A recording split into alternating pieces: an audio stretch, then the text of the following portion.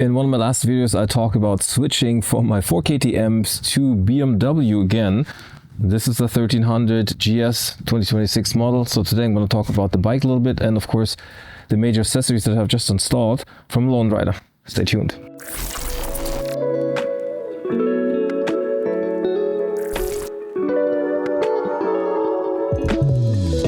What's up, my biker friend? Welcome back to another video. Now this isn't my first BMW. I had one BMW before. I had the 4 KTMs that I was riding in the past few years. I had a 1200 GS, a triple black, and now I'm back to BMW, and I talked about all those reasons in another video. If you haven't seen that, I'm going to link it up here or in the description somewhere, and you can look at all the reasons. This video is going to be about the new bike, the specifications I've picked, and the accessories that I will get or have gotten already. I think one of the most notable additions now are hard panniers. So I'm going to talk about this in a minute because that's a new thing for me. If you've seen the channel for a little bit, I haven't really been a big fan of hard panniers, and so you may be interested why the change. So I'll get into that in a second, but let's talk about the bike first.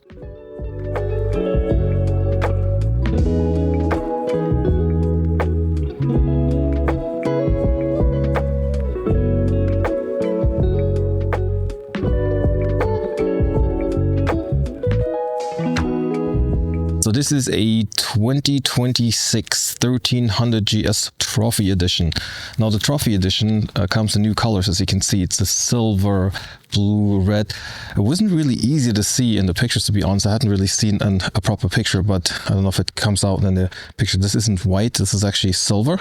And then there is some blue and red graphics elements. I like that a whole lot better than the outgoing model, which is, you know, a lot of sort of red and a lot of blue colors in it. So I like this a lot better. The specification includes the Trophy. It's sort of the off-road version of it, right? It includes the spoked wheels. So it comes with the spoked wheels. And it has a sort of a few extras that make it off-road compatible. But if you combine it with the Enduro package, which I have, it will include the crash bars and some sort of crash plate that isn't the heavy-duty version of it. So I might be looking at upgrading that as well. Spoke wheels already come with it, and I've also coupled it with the higher suspension. So I have the sport suspension in there, which adds another 20 millimeters of travel, which is probably hard to see just in the pictures. And I've got the taller seat where my microphone case is sitting. So I got the tall seat. So with the seat addition and the higher suspension, this is actually a pretty tall bike. You wouldn't see it from just sitting there, but when you sit on it, it is just as tall as my 1290 Super Adventure R, almost as tall. So I can't reach down all the way on this bike. So another thing that comes with the Enduro package are actually these shorter brake and clutch levers that I've adjusted a little bit. I actually moved them down a little bit. Also for on-road riding, they're pretty high up as they standardly are, but if you want to be riding in the standing position, you gotta move them down a bit. But they're quite a bit shorter, and at the moment I don't see a need to replace them, which is quite great. I had sort of third-party accessories on the KTM for that, and the BMW comes with these. Also, for the first time, I have bar risers, which I never needed on the KTM. On this BMW, just to be in a better standing position, I actually like having these. I rode bikes without it and with the bar risers. The bar risers definitely make a difference. I think the handlebar is probably a bit lower than it is on the KTM. The ergonomics are a bit different on this bike. Also, something I didn't get is the full luggage package that you normally see on the bike. So you see it's a pretty sort of short tail, at least on the sort of luggage rack side. Normally, if it has the original OEM sort of side rails here to mount the original panniers, this is a pretty hefty setup. I knew I was going to go for a different luggage solution, so I didn't want to have that on the bike. I wasn't really sure about the sort of long tail. I thought about a tail tidy. As you can see though, if you mount a luggage rack, this one's actually from Lone Rider as well, the luggage rack, you kind of need to keep that extension. So if you take it all off, this part doesn't look very nice, but at the moment I'll keep it in this position. I'll talk about the panniers in a second. What you also get with the Enduro package is these footrests that are slightly bigger than the standard. I took the rubber inserts out. They actually work quite well for standard footrests, and also the shift lever is made out of metal again and not the plastic cheapo part that the other bikes have, so that's nice. One of the main reasons to get the Enduro package is that the turn signals are now in its sort of traditional location rather than being mounted in the handguards. Because if you fall with the bike and you sort of hit that part, it gets first very expensive, plus you can't really change these out for upgraded versions. I likely have some kind of bark rester coming when I go off-road riding, which I will take the bike off-road, but it won't happen until the end of the year. Now with this bike, I didn't click all the options in sort of the BMW original accessory list, including the radar, assisted cruise control, which I'm not a fan of at all. I'll probably do a video on sort of how I like the BMW with all the features. Is definitely one of them I don't like, because you can't turn it off. You can turn it off, but it turns on automatically again, and I absolutely hate it. So I made sure it wasn't in the list. Also, I didn't get the height adjustable suspension. Now that's a good feature to have, especially on the rental bikes if you have people riding it, different height. I don't really need it, so I didn't buy that extra. I just want to know how high the bike is, and I can get used to it.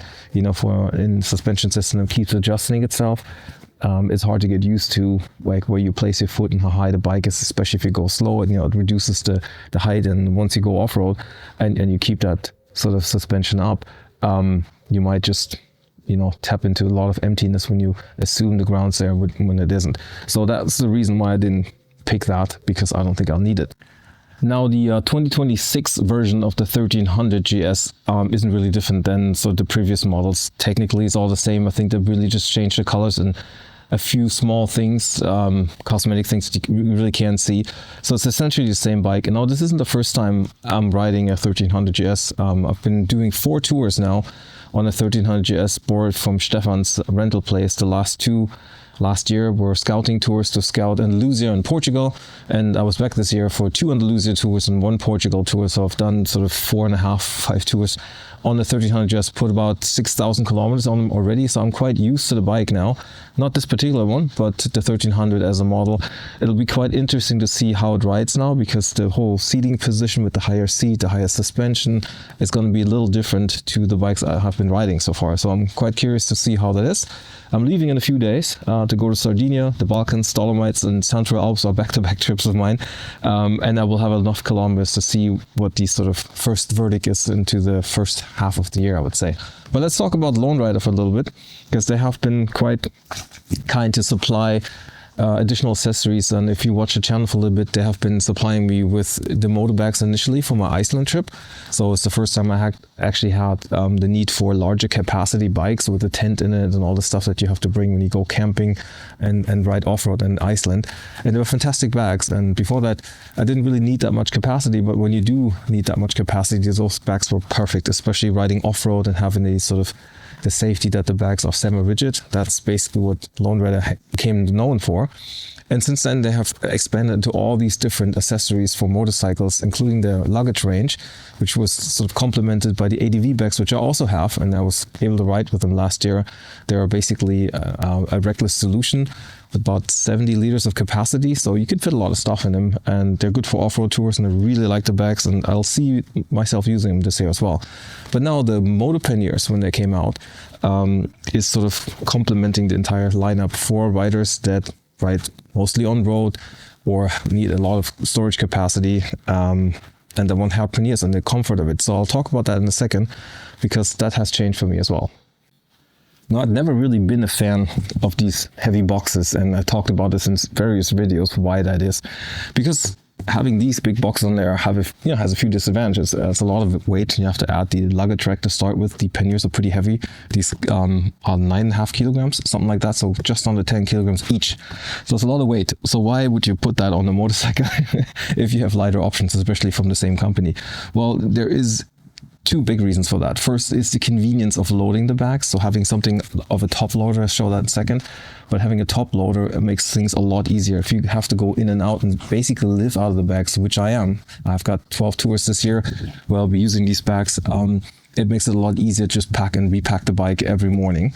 And the second one is you can lock the bags. And that's become a bit more important to me, because I am on road tours a lot, and just leaving the bikes unattended and being able to sort of lock the bike makes a huge difference for me. And also I can leave stuff at the hotel in the bag, so I don't have to bring everything up to the hotel room. I used to have to walk twice to get to the hotel room and bring all my stuff. Now I can leave some of the stuff on the bike and I can lock it up and I can be assured that it's somewhat safe. Those are the main reasons why I decided to try these for a season. One of the concerns you may have is of course the size of these bags, and I have to say they look a lot bigger in pictures than they are when they're actually installed on the bike. So when you look at them, from the front and you see where the handlebars are, of course it distorts with the video, but they're actually still within the handlebar width, which I didn't think would be the case because I looked at photos and was quite surprised to see that actually, and especially on the BMW GS, where the sort of crash bars kind of stick out and the handlebars are wider than on the KTM. Those bags actually fit within that dimension. I'm still a bit hesitant, of course, to filter with a setup like this, but actually on both sides, it's not wider than the handlebars, so that's a big surprise for me. Now, this isn't going to be a full review of the bags, right? I mean, there's tons of those out there already, but I'll show you real quick how to get in them and what I talked about of easy access, right? So being able to access the bag and having a top loader with the bright interior, I don't have it in the back here at the moment because I'm packing and trying to see if I can get all my stuff in just 2 panniers, which is a bit of a challenge with all the stuff I'm bringing. I decided against the top case because I'm going to try to just work with 2 panniers. Also, I'm not using a tank bag for the first time, so everything I have normally in the tank bag would have to go into these panniers. And this is one of the advantages that this setup has. It's just a small little addition, but you've got these sort of storage pouches in here, which I haven't really filled yet, but I'm sure I will find things to fill it with. And this is basically the stuff I would normally put in a small tank bag. So that can go into the lid, and then I can use sort of both storage compartments to put my stuff in. And like I said, it's easy access and it's also very secure, sort of tamper proof. You can get in them if you really wanted to, but it's definitely more secure than soft luggage. I also started looking at potentially accessorizing. At the moment, I'm barely getting all my stuff into both bags. The capacity would be enough if I didn't bring a drone and a lot of the sort of tools that I'm bringing for the tours now. And so I put one of these mini bags here on top. They have these MOLLE panels, right, on the Moto Panniers, and I've used one of those existing bags that I already had. It's empty at the moment. It's just additional storage. They also provide an extender kit to extend the Moto Panniers. That's a good solution if you want to add another, I think, 12 liters to each side. I had them when I picked up the bike from Hamburg and I had more stuff, but I'm trying to pack so I don't need them. I have them if I need them too, but it's a good option if you have to increase the luggage capacity with the top case and the panniers. You can put a lot of stuff on the bike. I've also added the bottle holder. I had that in Iceland already, so it's just one bottle holder at the moment, just to have it ready to go. Again, it just will help me to get more stuff out of the bag just in case I run into space issues. So I'll put it on there for a moment and see if I will actually use it. Now, this is one of the reasons why I'm going with panniers at the moment, because I have a lot more stuff than I would normally bring. I've got the first aid kit, which I usually do bring. I've got a much larger tool set now that is specific to BMW and has a lot of special tools just in case something happens on the go. That's in there at the moment. I also have this here, which is basically a starter battery. We've had that on tour just with our guys, that sometimes the bikes wouldn't start. So just having that extra battery pack, being able to jump start it, that's something I didn't bring before and now bring now for all my tours. So the next thing I have here is a battery powered tire pump. Again, something I've used quite a bit. Actually, on my last trip, we had someone with a flat tire, or that we had to pump the tire up and fix the tire on the go. So it's good to have this pump rather than just having these sort of cartridges, which I also have, but this is better. So I have different sets of tire repair kits in here, and I've got my epoxy, which can be a lifesaver in the right conditions. And then I have some just tape and sort of vests that you need in some countries in Europe now. So there's just a little bit of tape, just a bunch of other tools and zip ties in here. But with all this stuff that I've had to bring up with soft luggage to my room because I couldn't leave it on the bike, this is now going to live in the side pannier, and I can just close it up and not have to worry about it. So you see in this one, I don't have the organizer in there because with all the stuff in the bottom, the main back is going to come up again. I will use all that space that I have up here. I kept the light in there, which is kind of a nice little thing to have. It gets dark. And that's really it. Simple setup. Curious to use it. The next thing that's back are the moto lights. I know they're absolutely awesome. They have a special bracket for the BMW. They didn't have that for the KTM. Now they fit in the perfect location, I think, right where they sit at the moment.